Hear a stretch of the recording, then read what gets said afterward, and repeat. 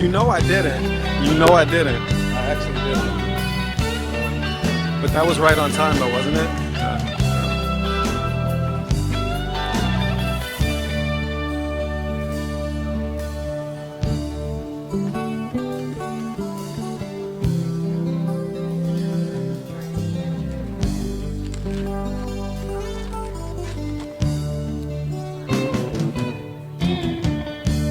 Magi fàttaliku nañu meloon ba ñu nekkee gune.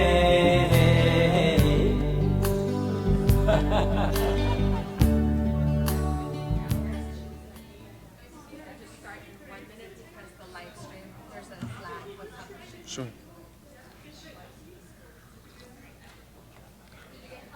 Yep, right here. I sweetened it.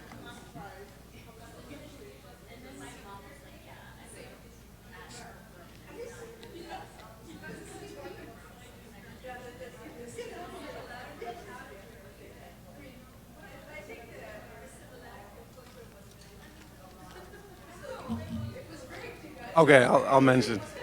It was not rigged. I did. Oh,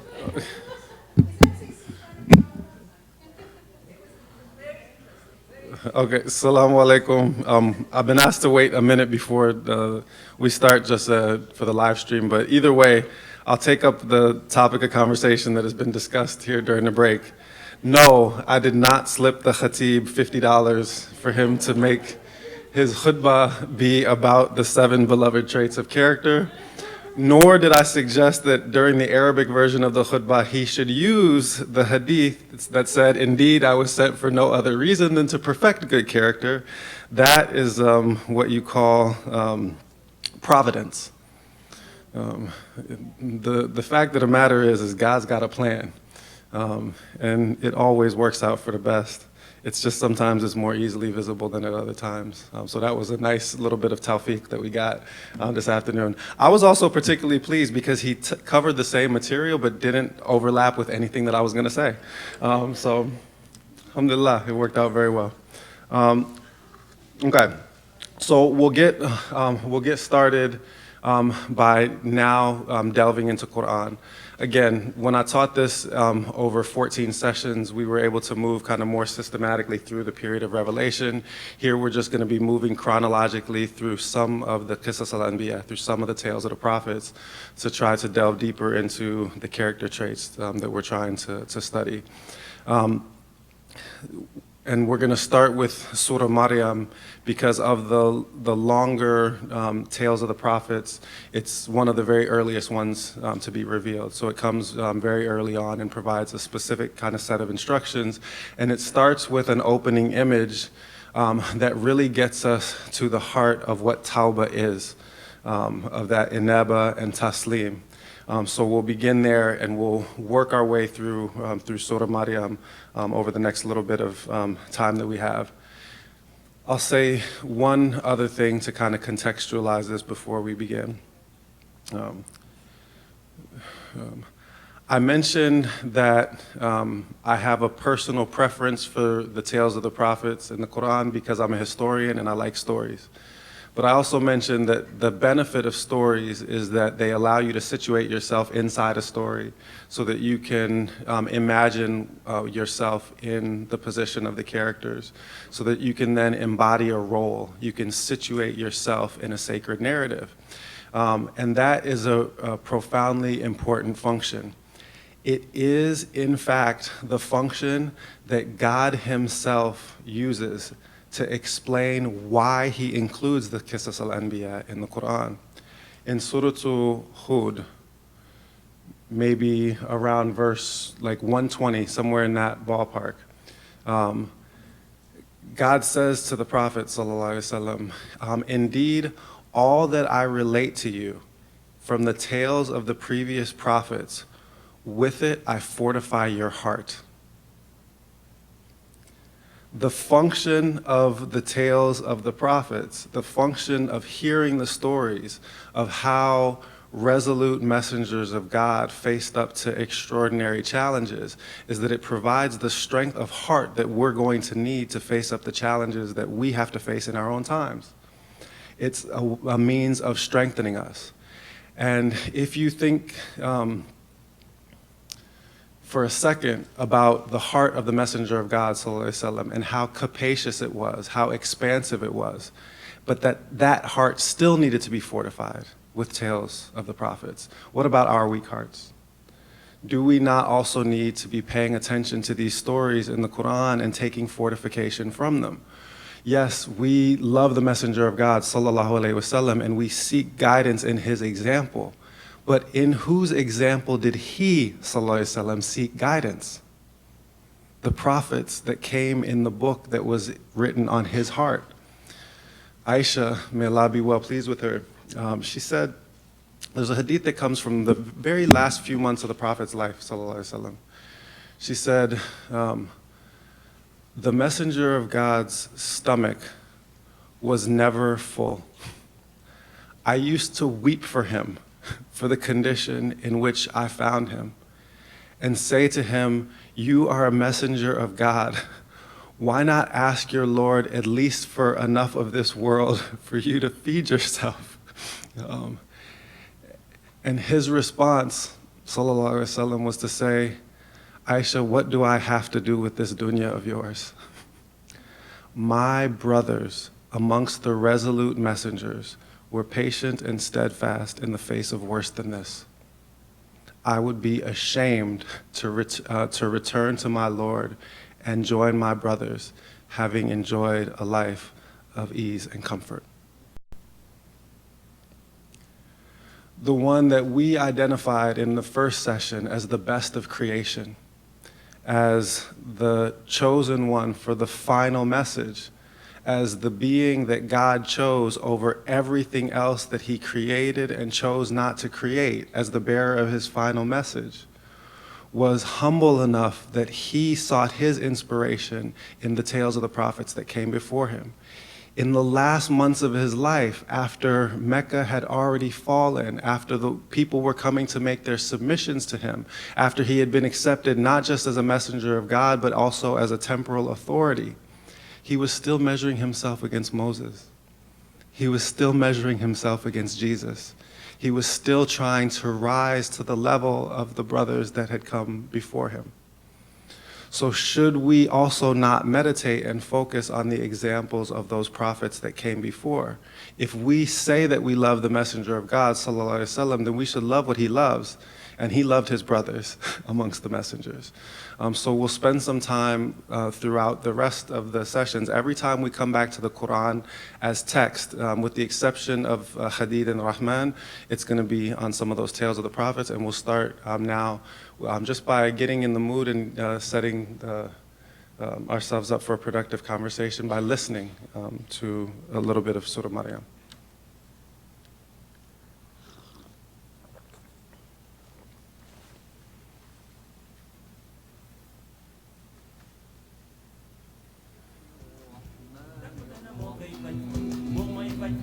Oh, the music's still playing.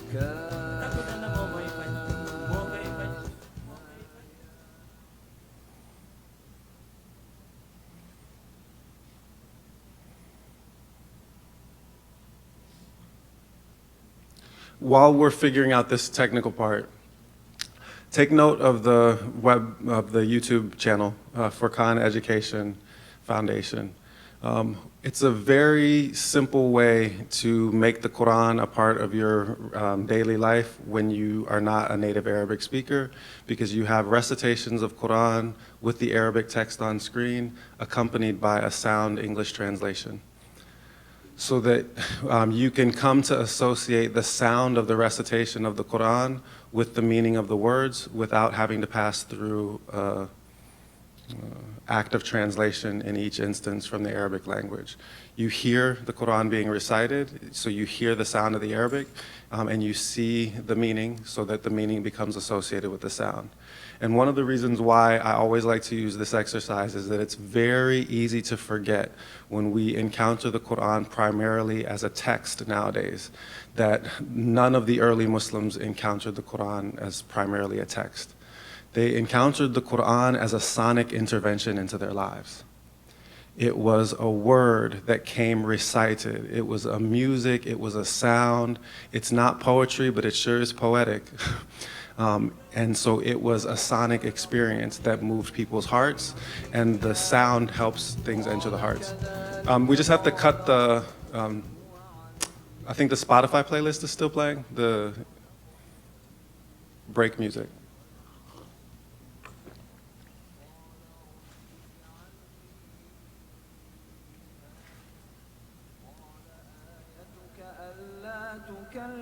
Okay, and then just begin, we'll start the video again.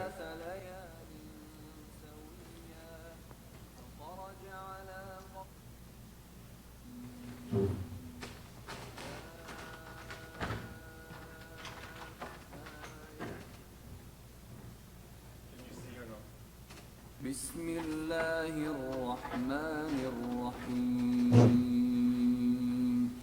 كافها يا عين صاد ذكر رحمة ربك عبده زكريا إذ نادى ربه نداء خفيا قال رب إني وهن العظم مني واشتعل الرأس شيبا ولم أكن بدعائك رب شقيا وإني خفت الموالي من ورائي وكانت امرأتي عاقرا فهب لي من لدنك وليا يرثني ويرث من آل يعقوب واجعله رب رضيا يا زكريا إنا نبشرك بغلام اسمه يحيى لم نجعل له من قبل سميا قال رب أنى يكون لي غلام وكانت امرأتي عاقرا وقد بلغت من الكبر عتيا قال كذلك قال ربك هو علي هين وقد خلقتك من قبل ولم تك شيئا قال رب اجعل لي آية قال آيتك ألا تكلم الناس 3 ليال سويا فخرج على قومه من المحراب فأوحى إليهم أن سبحوا بكرة وعشيا يا يحيى خذ الكتاب بقوة وآتيناه الحكم صبيا وحنانا من لدنا وزكاة وكان تقيا وبرا بوالديه ولم يكن جبارا عصيا وسلام عليه يوم ولد ويوم يموت ويوم يبعث حيا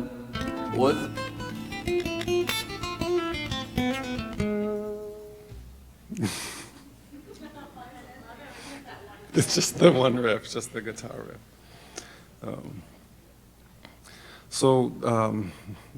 The way that the Quran was encountered initially is as a sound.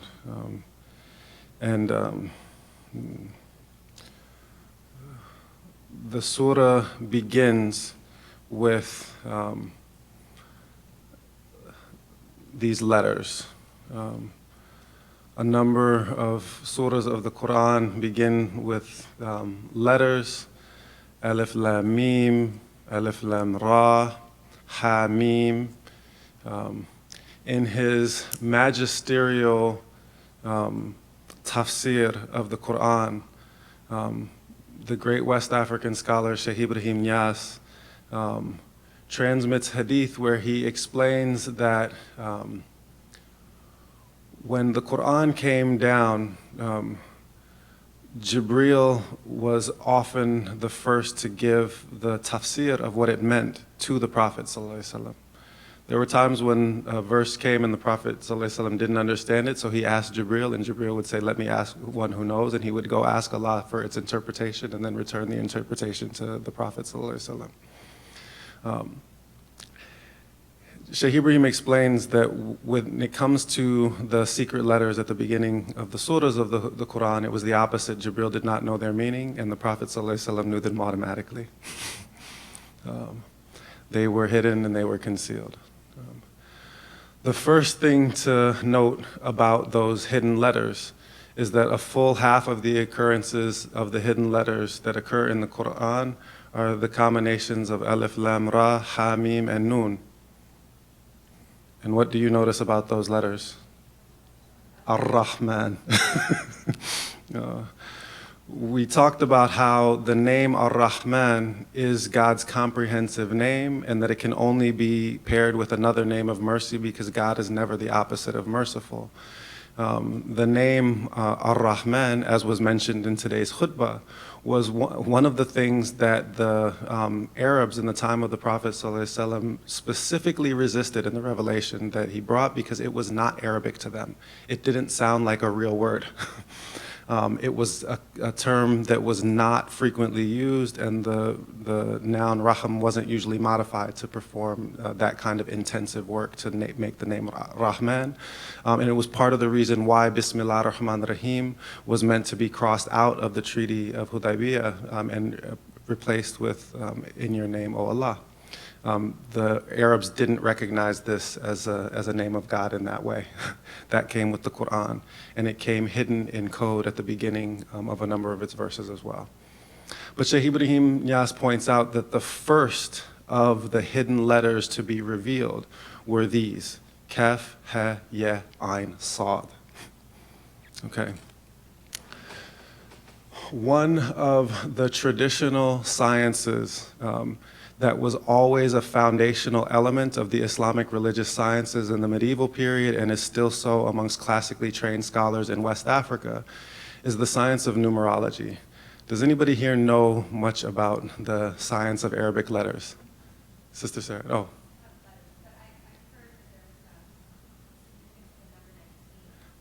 Yeah, yeah. Anybody else with familiarity with numerology? What? Say again? But not in Arabic. Okay, anybody with familiar with numerology in any tradition? Yeah, and then, okay. So in classical Arabic, each of the letters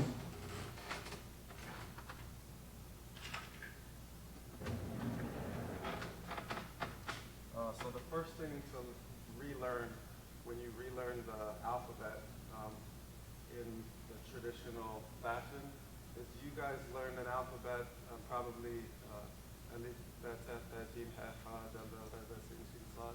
Okay, that's not how anybody in Africa or in Northwest Africa learned the alphabet back in the day.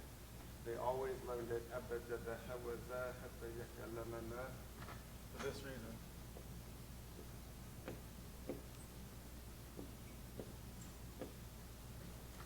The alphabet, when taught in the Abjad order, is actually a numerological arrangement of the value of each of the letters of the Arabic alphabet. The alphabet is often referred to in Arabic as the Abjad or the Abjadiyya. And the reason for it is that Abjad, Hawaza, Alif, Ba, Jim, Dal, Ha, Lam, it continues in that order. And each one of them has a numerical value that's associated with the letter. If the Quran is God's verbatim speech, and God's verbatim speech is the material from which all of creation as you know it is cast, and that speech is comprised of letters, then there's also a code that's behind those letters that's expressed in numbers. Every single letter has a numerical value. Would you like to know what the numerical value of the formula Kaf, Ha, Ya, Ain, Sad is? 165. The numerical value of the name Allah is 66. The numerical value of the expression La ilaha illa is 99. What is the numerological value of the expression La ilaha illallah? 165. What is the numerological value of the formula Kaf He Ya Ain Sad? What is the basic argument of Surah Maryam? God ain't got no son. Everything in creation comes to him as a servant. It is not for Allah to have children nor partners. When he wants to decree a matter, he has only to say unto a thing, be, and it is. The basic substantive argument of Surah Maryam, if you wanted to express it in that way, is already expressed in the numerical value of the letters that find themselves at the beginning of the chapter. Yeah. It comes from the numerical value that was traditionally assigned to all of the letters of the Arabic alphabet, and actually to all Semitic alphabets, going back to the ancient Egyptian language. There's actually a corresponding ancient Egyptian letter for each letter of the Arabic alphabet. And that way of counting the value of the letters goes back even before Islam. There's a similar system for the ancient Ethiopian writing system, which is also a Semitic language as well. Yeah, that's La ilaha illallah is 165 in its numerological value. This is also, by the way, to return to the subject of our conversation this morning, about the invocation of names rather than simple contemplation of names. Usually when invocation of names is prescribed with dhikr as a basic practice, it's prescribed with set numbers of recitations. For example, how many people have made dhikr with the name Ya Latif? Okay. How many times were you asked to recite this particular name? Was a number assigned? 1,000? Any other numbers? Usually when you're given this name in a West African context, you recite it 129 times. And the reason is that the numerical value of the name Ya Latif is 129 in the Arabic alphabet. If each name corresponds to an extant reality that is an attribute with God, and each name can be reduced to letters, then also the numbers themselves in the recitation help create the reality of the invocation in that name. It's not an abstract concept that you are trying to grasp. You are trying to tap into an attribute that actually exists with God Most High. You're not trying to create an understanding within yourself. I was once at a gathering with the great West African scholar, Sheikh Mahi Sise, and he was asked, dhikr is always good, so why not just make dhikr in any number when you're reciting God's names? And he said, dhikr is definitely always good. You don't have to attach any limit to dhikr. You could make as much dhikr as you want. He said, but if you want to open a specific door, then you need a specific key. Every key has a certain number of teeth on it. If you use a key with the wrong number of teeth, it's not going to open that specific lock. If you're trying to unlock the power that inheres in a specific name, there's secrets that help you unlock the power in that specific name. Because you're not seeking to understand something in your head. You're seeking to get a transmission from that actual name itself. So, back to Surah Maryam.